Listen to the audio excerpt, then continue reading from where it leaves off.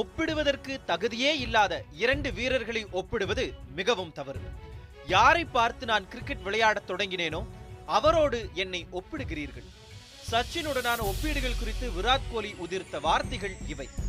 சச்சினின் சாதனை மகுடத்தில் ஒரு வைரம் பொறிக்கப்படும் போதெல்லாம் இந்த சாதனைகளை உடைக்க யாராலும் இயலாது என்றே கருதினர் அவரது ரசிகர்கள். ஆனால் சச்சினின் ரசிகர் ஒருவரே அவரது சாதனைகளை தகர்த்து கொண்டிருக்கிறார் என்பதுதான் நிகழ்கால வரலாறு. 1983ஆம் ஆண்டு இந்திய அணி உலக கோப்பையை கைப்பற்றிய பின்னர் இந்தியாவில் மூலை முடுக்கெல்லாம் கிரிக்கெட் காய்ச்சல் தொற்றிக் கொண்டது. அந்த தாக்கத்தை சுமார் 20 ஆண்டுகளாக தனது தோளில் தாங்கிக் கொண்டிருந்தவர் சச்சின் டெண்டுல்கர்.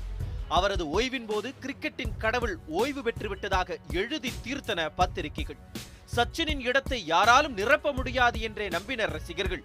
ஆனால் நவீன கிரிக்கெட்டின் பிதாமகனாக உருவெடுத்து நிற்கிறார்